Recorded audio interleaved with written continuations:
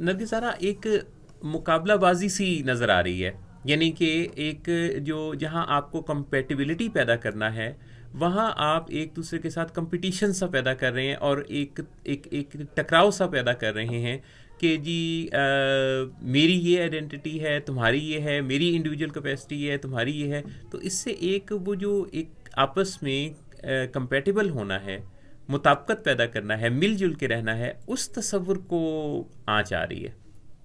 सही कह रहे हैं सर। मुझे ज़ाती इस चीज़ से जो ज़ाती तौर पे खौफ है वो ये है कि जब सड़कों पे ये मार्च कर लेंगे फॉर ऑल द गुड और बैड रीजंस, और उसके बाद घरों में जब ये डिस्कशन शुरू होगी मियाँ बीवी के बीच में, क्योंकि इनफरादी तौर पे तो हम एक दूसरे के हकूक़ और मैंने ये किया आपने ये किया या वो हम आपस में बातचीत करते रहते हैं, तो फिर ये किसी और रुख पे कहीं ये बहस जो है वो हमारे घरों में डाइनिंग टेबल्स पे ना चली जाए, क्योंकि ये जो रिश्ता है ये रिश्ता जो है ये मिलजुल के रहने का मतलब इसमें कन्फॉर्मिटी ज़्यादा जो है वो इम्पॉर्टेंट है, बजाय इसके कि आप कॉम्पिटिटिव हो जाएं एक दूसरे के लिए, आप एडवर्सरीज बन जाएं, हरीफ हो जाएं एक दूसरे के, सही। और ये मुकाबलाबाजी शुरू कर दें। जो अदरहुड है, जो मेरा तेरा है, वो जब मियाँ बीवी में आ जाता है तो वो जो यूनिट है फैमिली का उसकी बुनियाद हिल जाती है। आप अगर उसका ढांचा बचा के भी बैठे रहें तो उसके अंदर जो बच्चे होते हैं या घर में जॉइंट फैमिली में जो लोग रह रहे हैं वो सब इस चीज़ को फील करते हैं। सही। तो फिर मेरे ख्याल में ऐसे मेहमानों के सामने एक पोलाइट यूनिटी रह जाती है ड्राइंग रूम की हद तक, और घर की पूरी फिजा तनाव का शिकार हो जाती है।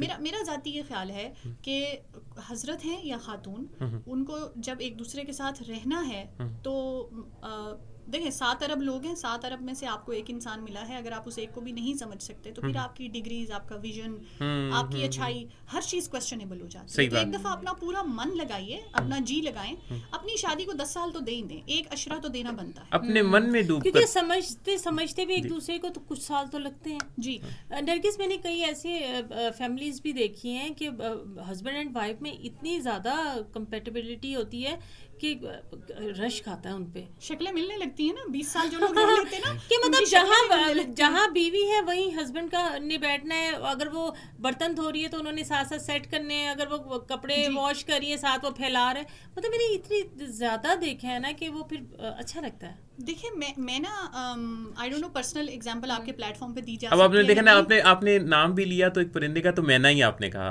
आपने कहा ना मैना मतलब ये भी थोड़ी तरफदारी सी है ना। आपने तोते का जिक्र नहीं किया, मियाँ मिट्ठू का, यानी कि मेरा मतलब है कि परिंदों में भी। अच्छा आज औरत अच्छा ठीक औरत का आज मैना डे है। अच्छा, आज तो सब औरतों को खुश रखने के लिए आउट ऑफ द वे जाना चाहिए। अच्छा जी। तो मैं जो एग्जांपल देती हूँ वो मैं अपने फादर और मदर की देती हूँ। मेरे सामने पहली एग्जांपल वो थी और मुझे शादी करते हुए कोई खौफ नहीं था। आई थिंक मैं सबसे ज्यादा मैं बहुत हंसती मुस्कुराती सी दुल्हन थी, इसलिए क्योंकि मैंने अपने अम्मी अब्बू को देखा था। मेरी वालदा जो हैं वो फॉर्मली अनएजुकेटेड थी, बट वो फाइनेंशियली लिबरेटेड थी, उनकी अपनी इन्वेस्टमेंट्स थी और मेरे फादर के साथ वो हर मशवरे में होती थी। एंड घर पे अम्मी ने जो कह दिया तो अब्बू उसको नो नहीं कहते थे। उनकी जो आपस की कोऑर्डिनेशन थी, वो वालिद से कभी इजाज़त ली किसी चीज़ की तो वो कहते थे अम्मी से पूछा, तो नहीं पूछा चलो उनसे पूछ लो, अच्छा अम्मी ने क्या कहा, अच्छा बेटा वो कर लो। तो वो एक इतना, जब वो रिस्पेक्ट देते थे हम भी देते थे, वालदा एट लिबर्टी होती थी वो करने के लिए। बाकी वसाइल हर शौहर के अपने होते हैं कि अपनी मिसेस को कहाँ रखते हैं, लेकिन मेरा ज़ाती ख्याल है कि इस तरह की कंपैटिबिलिटी होनी चाहिए। और मैंने ये देखा था कि गाड़ी में बैठे हुए उनकी आपस की बातें बाज़-औक़ात इतनी ज़्यादा होती थी कि हमें बीच में अपना वक्त निकालना दोनों देखें, दोनों पहिए जो हुए गाड़ी के। अच्छा बच्चे जो है ना वो पेरेंट्स से बहुत सीखते हैं। अगर वालिद अपनी वाइफ को रिस्पेक्ट देता है ना तो वो जो लड़का है वो अपनी बीवी को भी रिस्पेक्ट देगा। सही बात है। तो नरगिस सारा, आपको पता है कि हमारी इस गुफ्तगू में मुझे क्या बात अच्छी लगी इसमें जी? आप काफ़ी सारी बातों से मुत्तफिक हुई खिलाफ तवक्को।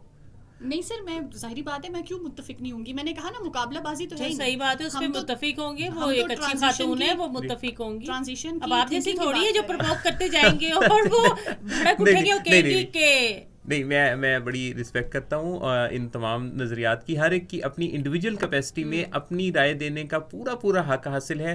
किसी के साथ किसी की भी राय का एहतराम करना हर दूसरे इंसान पर लाजिम है। इख्तिलाफ हो सकता है, उस पर बात हो सकती है, डिबेट हो सकती है, लेकिन राय देने का, इजहार राय का तो हक हर एक को हासिल है।